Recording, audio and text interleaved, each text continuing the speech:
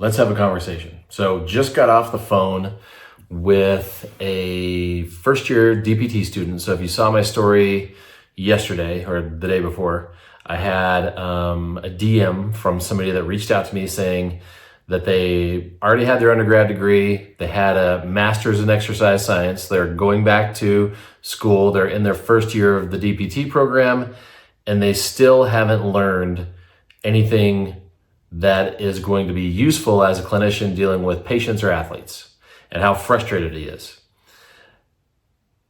I understand your frustration. So I understand his frustration. And to add insult to injury, he wanted to do one of his rotations at my clinic, but his school said, no, we can't let you do that. You only can go to the places that we have contracts with, which is rural towns, because we need to give back to the rural community. So let me get up on my soapbox real quick. If your PT school does not let you do rotations where you need to go in order to A, get a job, and B, be around the best clinicians there are, they don't give two shits about your success as a clinician, and you should leave. Okay? If you are paying them money to educate you and they refuse to let you go where you can best be educated because their whole point is to help out their community, you're not going to school to help out their community. You're going to school so that when you can graduate, you can actually get a job and not be frustrated and not get burnt out in 2 years and not give up on your career like most PTs do.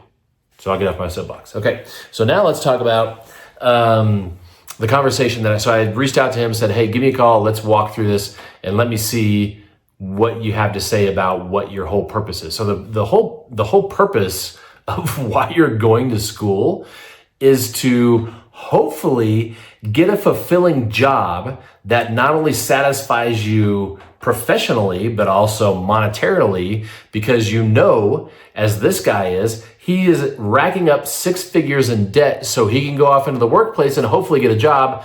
But his school is saying, nope, that's not important. What's important is that you help out our community. Absolute BS. Okay, I'll get it off my soapbox again.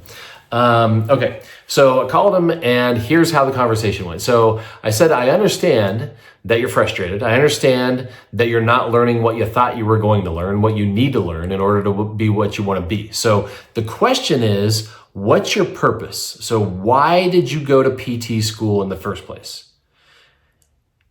Is your purpose that you want to work in a hospital as a physical therapist? Is it that you want to own your own PT clinic? Is it that you want to work for somebody in a PT clinic? Like those are a whole bunch of different avenues, and there's different ways to get there.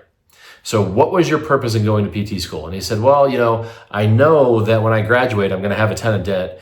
And one of the best ways to pay off debt and make more money is to do travel PT. And I said, okay. Another great way to pay off debt and make good money is to do home health. So if you went to all of this school, so you went to undergrad, you already got your master's, now you're going to get a DPT, so you're probably looking at like 10 years of school. Will you be happy with yourself to go through all of that school to rack up 6 figures of debt, and your job is going to be either home health or travel PT? And he said no. And I said, so why are you doing this? Think about that. Why are you doing what you're doing? Did you ever think about that before you even applied to PT school and got it? I told him I never thought of that. Most people never think of that. That's why they get in the screwed up situation that they get into. Okay, so I knew from 9th grade when I got hurt playing football and I had to go to physical therapy, and I was already into strength and conditioning, and I went to physical therapy and I saw weightlifting stuff and I saw anatomical charts and I saw people working on athletes to get them back to play. I was like, this is a perfect synergy of strength and conditioning and what I called sports medicine. So I knew I wanted to be in sports medicine. So I just put my blinders on and went down the road. I got my undergrad degree. I got really good GPA. I did my GRE. I got my observation hours. I did my interview at PT school, and bingo, I'm in PT school, and never thought once about what it's going to cost, what I'm going to make, what I have to sacrifice to be in 3 more years of school, what I'm actually going to be doing, And will I have autonomy or not, or am I going to be handcuffed to a broken system? Never thought of any of that. Went through PT school, about halfway through PT school, realized I'm asking questions that they can't answer. And usually when I ask a question about why am I taking histology? Is somebody going to bring a slide in and I'm going to put that under a microscope and I'm going to give them a diagnosis? I'm going to treat what's on the slide. Why am I taking embryology? Why do I care about what is going on at 3 months gestation? I don't care. I can tell you right now, as 25 years of experience, I have never used histology or embryology in my thought process one day in the PT clinic. The only reason why I was taking those classes is because my school went from the master's to the DPT, and the reason why they did that wasn't because that's best for clinicians, it's because they can charge you for an extra year of school. They can charge you to take bogus classes like embryology and histology and an extra year of research, which was absolute BS, and then throw in a garbage nutrition class and a garbage cardiopulm class on top of all the garbage that they already taught you, which had absolutely nothing to do with being a clinician. Okay? So the problem is this guy, just like me, is going through the process without thinking of what's at the end of the tunnel. What should be at the end of the tunnel is I'm going to be an elite clinician. I'm going to get results that get my patients, my athletes, whoever I'm working with, back to their normal ADL or back to sport as fast as we possibly can. And I'm going to be professionally and financially happy. Okay, so I asked him, remember, I already said, are you going to be happy doing home health or travel PT? No. And I said, okay, so what is the reason why you have to go to PT school?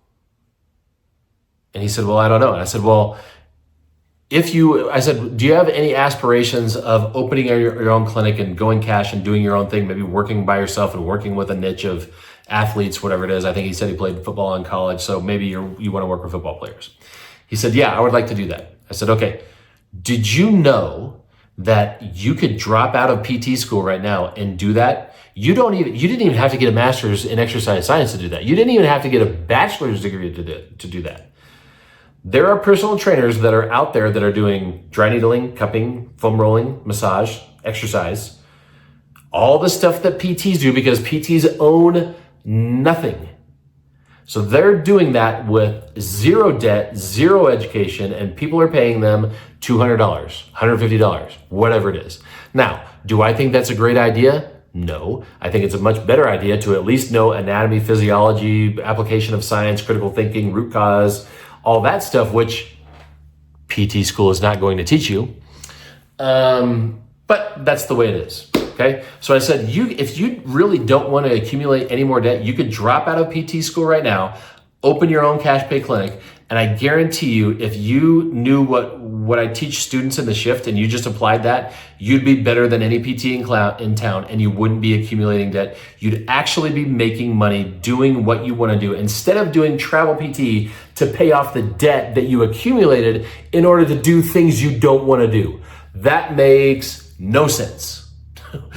If I came to you and said, hey, 18-year-old new grad from high school, how would you like to accumulate 6 figures of debt over the next 7 years to do a job that you can't stand doing? Does that make any sense? No. Hopefully you're saying no, okay?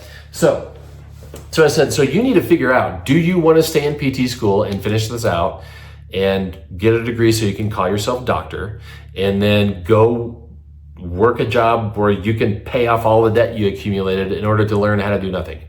And I said, so what do you think would happen if you finished PT school, you got a job doing travel PT for 2 to 3 years, you got more experience, and then you tried to open your own clinic? Would you, during those 2 to 3 years, learn business skills? No. Would you, during those 2 to 3 years, learn how to become an elite clinician? Or would you learn how to do more of what everybody else is doing? And by the way, everybody else went to the same school that you went to, which means they're as clueless as you are at graduation. Does that make sense? So I said, are you going to be a better clinician with 2 to 3 years of experience? And he said, probably not. And I said, is that going to help you open your own clinic? No, it's not. Okay. So you can see him start to figure this out. So hopefully you're figuring this out, that you need to really think about what the end goal is and what you're doing now to get there. And if you don't need to do a bunch of junk in the middle that costs you hundreds of thousands of dollars to do what you want to do at the end, why are you doing it? Okay. So I said, do you understand that personal trainers can do everything a physical therapist can do? And he said, well, they can't evaluate. And I said, really? I said, I bet if you go into any gym around you, those personal trainers are evaluating their clients. They're watching them touch their toes, they're watching them squat, they're watching them walk. They might put them in provocative positions to figure out what's going on. And then they're telling them, oh, well, you probably have a shoulder problem, you have low back pain, you have plantar fasciitis, whatever. So here's what we're gonna do. I'm gonna give you a massage. That's manual therapy. He said, well, they can't do manual therapy. Really? So you're telling me the personal trainer can't give somebody a rub down or do passive range of motion or do PNF, manual resisted patterns? That's all manual therapy, and they can do all of that stuff. That's not protected. That is not a PT owned thing. Anybody can do that. Okay, so they can evaluate, they can diagnose.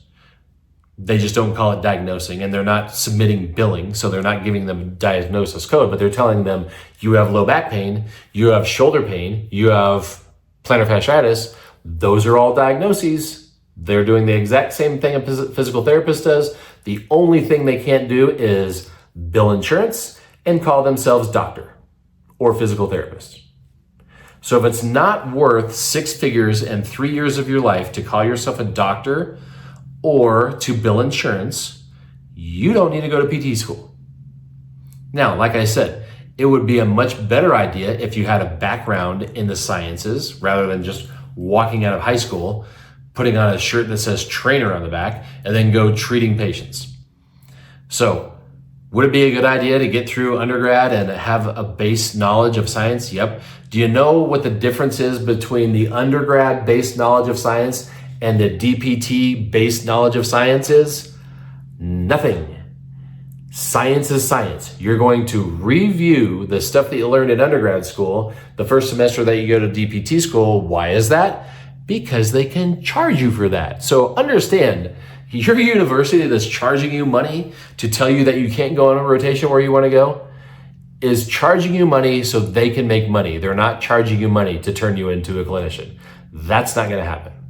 So if you want to turn into a clinician, if you don't want to spend all that money, or if you've already spent all that money, or you're halfway through spending all that money and you're like, well, I might as well just finish it out so I can call myself doctor, but I need to get in the shift so I can actually do what I want to do and actually get results instead of the garbage that they're teaching me in school, or go get more experience for 2 to 3 years with people that went to garbage school.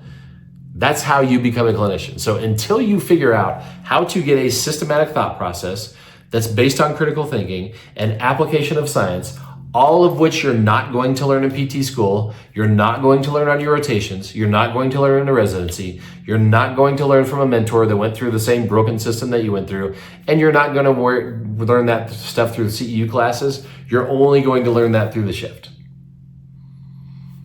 So, sorry to be the bearer of bad news, but I think you've already figured out everything that I've already told you. Now it's time to figure out how you're going to avoid being like this guy, thinking, well, now I've got to go work a job for 2 to 3 years that I hate just so I can pay off bills that I really didn't need to accumulate in the first place. If you got questions about your career, how to get out of the broken medical model, how to go do a rotation where you want to be able to do a rotation because you're the one that's paying for your tuition, not the school, reach out to me, DM me, let me know, and let's work through this.